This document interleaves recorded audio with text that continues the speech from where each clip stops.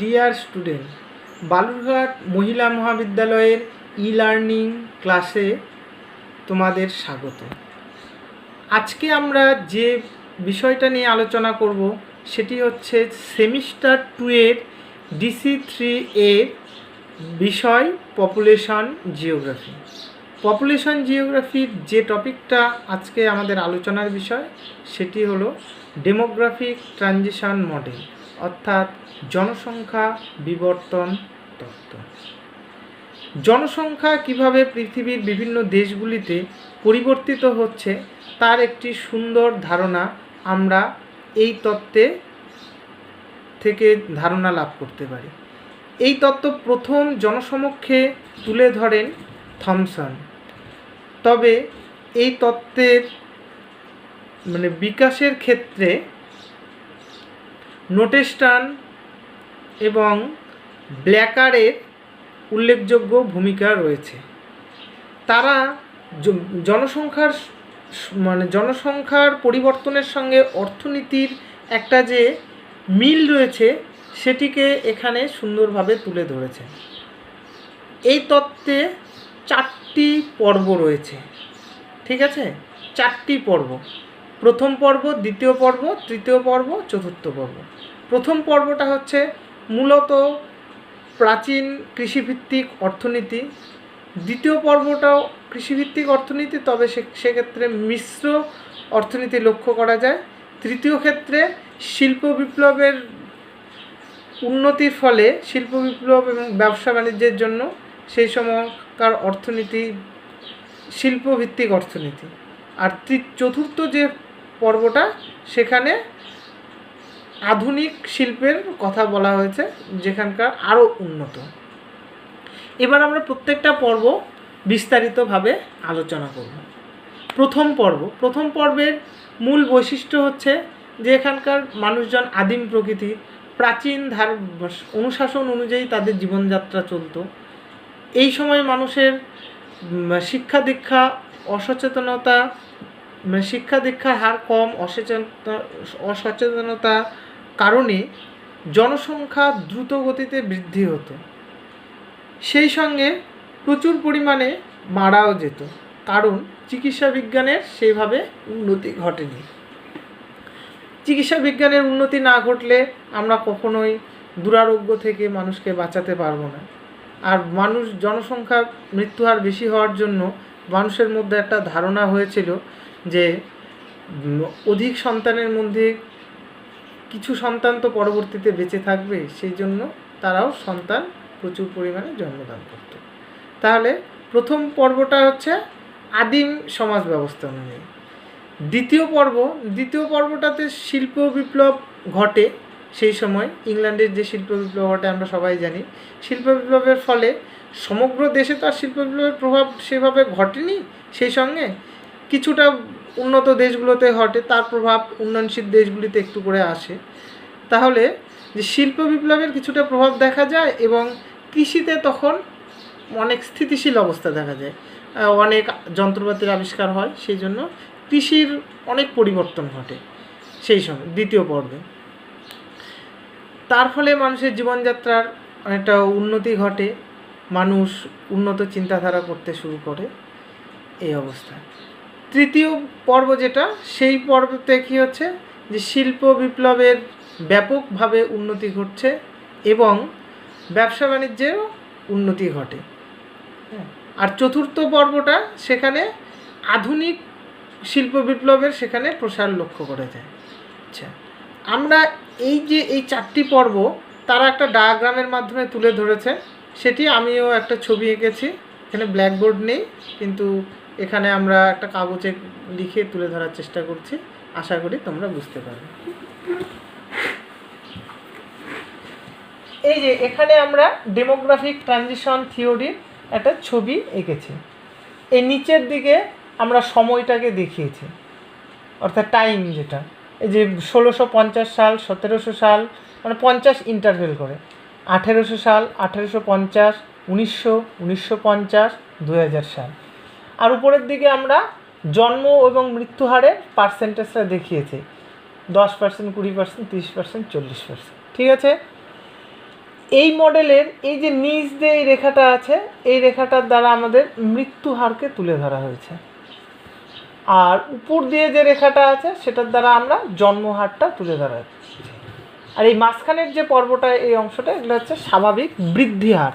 জনসংখ্যা জন্ম মৃত্যুর মধ্যে যে মানে যতটুকুই তারতম্য থাকে তার ফলে জনসংখ্যা বৃদ্ধি হয়, সে 1% হোক, 2% হোক বা 0.5, তার মধ্যে জনসংখ্যা বৃদ্ধি পায়। প্রথম পর্বতে আমরা যদি লক্ষ্য করি তাহলে দেখা যাচ্ছে জন্ম আর মৃত্যু হার এমন পরিস্থিতিতে জনসংখ্যা বৃদ্ধি, মানে প্রথম অবস্থায় তো জনসংখ্যার বৃদ্ধি একদম স্থিতিশীল, তারপরের দিকে মানে প্রথম পর্বের পরবর্তী মানে শেষের দিকটাতে জনসংখ্যার বৃদ্ধিটা ঘটে। এবার দ্বিতীয় পর্বতে কি হচ্ছে, যে প্রথমের দিকটায় মৃত্যুহার মানে বেশি থাকলেও পরবর্তীতে মৃত্যুহার কমে যাচ্ছে এবং জন্মহারও একটা নির্দিষ্ট লেভেল অনুযায়ী চলছে। তাহলে কি হচ্ছে, এর ফলে যে জন্ম এবং মানে মৃত্যুহার অনেক কমে যায় এবং জন্মহার প্রায় একই থাকে। তাহলে কি জনসংখ্যা দ্বিতীয় পর্বে কি হচ্ছে, বিপুলভাবে বেড়ে যাচ্ছে। প্রথম পর্বে এই পরিস্থিতিটা দেখতে পাই আমরা হচ্ছে আফ্রিকার দেশগুলিতে, গ্যাবন, জাম্বিয়া প্রভৃতি দেশগুলিতে। আর দ্বিতীয় পর্বর যে এই পরিস্থিতিটা, এটা দেখতে পাওয়া যায় এশিয়া মহাদেশের ভারত, বাংলাদেশ, চীন, ব্রাজিল, নাইজেরিয়া এইসব দেশগুলিতে দেখা যায়। তবে বর্তমানে চীন এই পর্ব থেকে উত্তরণ ঘটেছে, কারণ তাদের বর্তমান যুগে ওরা প্রযুক্তির উন্নতির ফলে এই পর্ব থেকে তৃতীয় পর্বে উত্তরণ ঘটেছে। কোথাও কোথাও দ্বিতীয় পর্বের শেষ পর্বে বলা আছে। ভারতবর্ষ এই পর্বের প্রায় শেষ লগ্নে চলে এসেছে। অর্থনীতি ডেভেলপ করতে পারলে ভারতবর্ষ দ্বিতীয় পর্ব থেকে তৃতীয় পর্বে যেতে পারবে। আর যে তৃতীয় পর্বটা হচ্ছে এই সময় শিল্পের ব্যাপক উন্নতি ঘটে।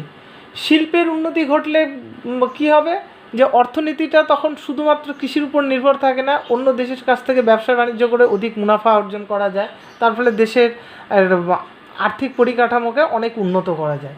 এই পর্বের দেশগুলি হলো আমেরিকা, জার্মানি, তারপরে ইউকে, ফ্রান্স ইত্যাদি হচ্ছে এই তৃতীয় পর্ব।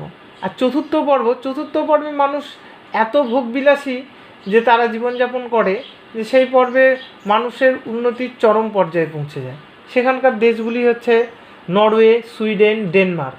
ঠিক আছে, এই পর্বের লোকজন নিজের সন্ততি জন্মদানে অনীহা প্রকাশ করে। তারা অত্যন্ত ভোগবিলাসী, নিজের সুখ স্বাচ্ছন্দ্যটাকে বেশি করে মনে করে। তাহলে এই যে এখানে বিভিন্ন সালগুলো তুলে ধরা হয়েছে পার্সেন্টেজ, সেই অনুযায়ী যদি দেখি, প্রথম পর্বটা চলেছে কত 1650 থেকে 1750-এর কিছুটা আগে পর্যন্ত। দ্বিতীয় পর্ব 1750-এর আগে থেকে 1900 সালের কিছুটা আগে পর্যন্ত। আর তৃতীয় পর্ব 1900 সালের কিছু আগে থেকে 1950, আর 1950 থেকে 2000 সাল।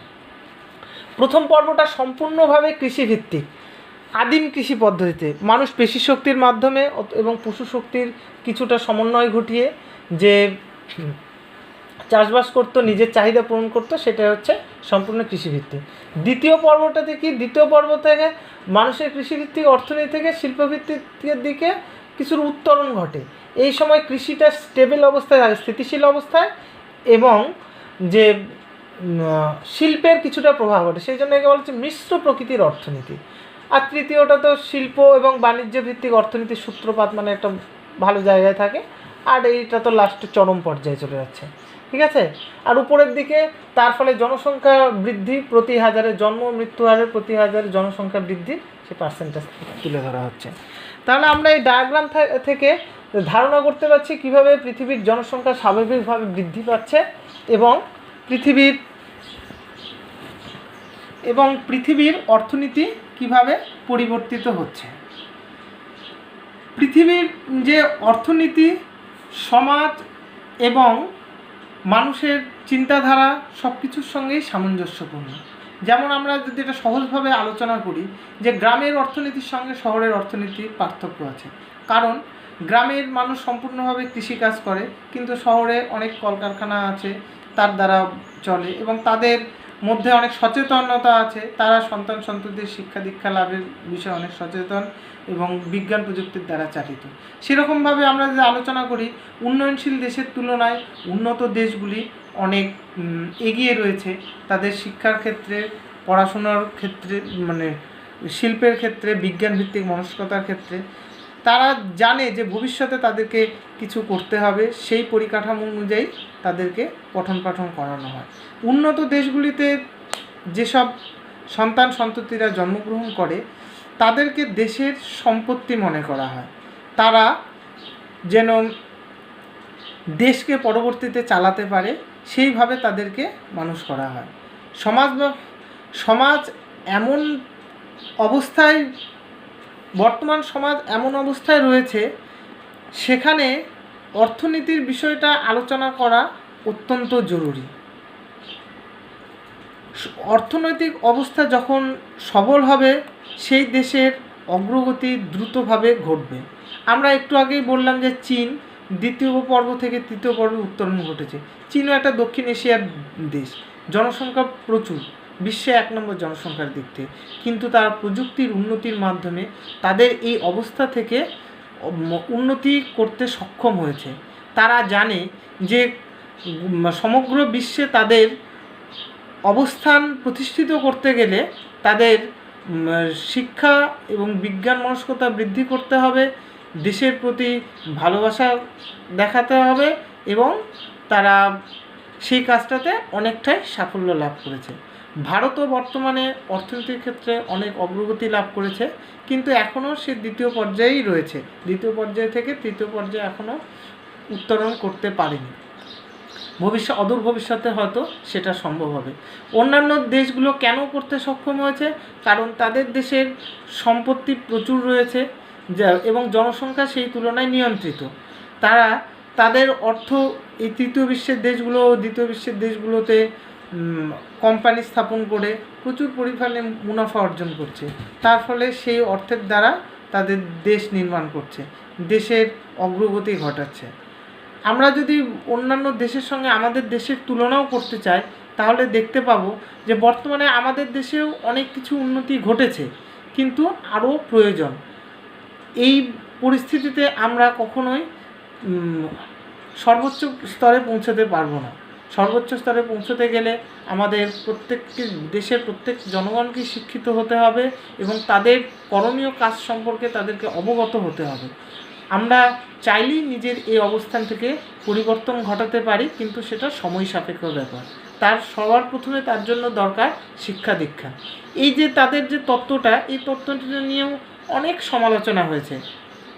কেউ কেউ বলেছেন যে এই তত্ত্বটা সঠিক নয়, কারণ এটা উন্নত দেশের ক্ষেত্রেই প্রযোজ্য হবে, কিন্তু তা ঠিক নয়।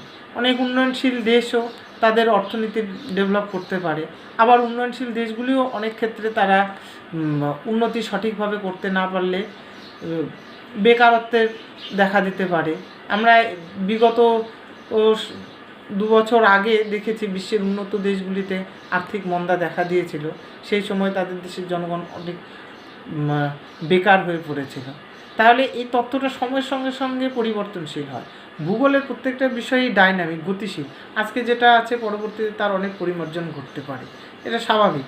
মানুষও যেরকম আগে যেরকম ছিল জীবনযাত্রা, আমাদের বর্তমানে সে একই প্রকৃতির জীবনযাত্রা নেই, আমাদের অনেক পরিবর্তন ঘটেছে। সেই রকম অর্থনীতিও পরিবর্তিত হয়েছে। অর্থনীতি অনেক সমাজের সময়ের সঙ্গে সঙ্গে সমাজের পরিবর্তনের সঙ্গে সঙ্গে পরিবর্তিত হয়েছে। আধুনিক সমাজ ব্যবস্থায় অর্থনীতি সবল প্রকৃতির এবং প্রাচীন সমাজ ব্যবস্থার অর্থনীতি দুর্বল প্রকৃতির। তাই আমাদেরকে এই তত্ত্বটা আলোচনা করার সময় অবশ্যই এই জিনিসটা মনে রাখতে হবে যে সমাজ এবং অর্থনীতি কখনোই ভিন্ন নয়। মানুষ যেমন সমাজ থেকে আলাদা নয়, মানুষকে নিয়ে সমাজ, সমাজকে নিয়ে দেশ এবং দেশের অর্থনীতিও মানুষকে নিয়ে। এই তত্ত্বটির বিষয়গুলিকে আরও ভালোভাবে উপলব্ধি করতে গেলে আমাদের সেখানকার সেই সব দেশগুলির বৈশিষ্ট্যগুলি যদি আরেকটু বিস্তারিতভাবে আলোচনা করতে পারি। যেরকম আমরা বললাম যে পর্বগুলিতে যে প্রথম যে পর্বটাতে ছিল মানুষের তো আদিম প্রকৃতি হচ্ছে, দ্বিতীয় যে পর্বটা সেখানে হচ্ছে মানুষের জীবনযাত্রার কিছুটা উন্নতি হয়েছে। তৃতীয় পর্বতে আমরা লক্ষ্য করেছিলাম কি, যে সেখানে মানুষ তাদের আরও কীভাবে সুখ স্বাচ্ছন্দ্য লাভ করতে পারে, কিভাবে তারা আরও ভোগবিলাস করতে পারে, কিভাবে অর্থনীতিকে আরও নতুনভাবে উদ্ভাবন করতে পারে, সেই জিনিসগুলোকে নিয়ে চিন্তাভাবনা করছে। যেরকম বর্তমানে আমাদের স্মার্টফোন একটা অত্যন্ত গুরুত্বপূর্ণ জিনিস, কিন্তু আগে সেটা ছিল না। তাহলে এই স্মার্টফোন যেসব দেশগুলো আবিষ্কার করছে তাদের অর্থনীতি স্বাভাবিকভাবেই অনেক ডেভেলপ হয়েছে। এরকমভাবে হয়তো পরবর্তী আরও অন্য কোনো নতুন প্রযুক্তির জিনিস আসবে যেটা তাদের অর্থনীতিকে ডেভেলপ করবে। সুতরাং অর্থনীতি এবং জনসংখ্যার এই যে থমসনের তত্ত্বটা আজকে আমরা যে আলোচনা করলাম, আশা করি কিছুটা ধারণা লাভ করতে পেরেছ। আজকে এই পর্যন্ত।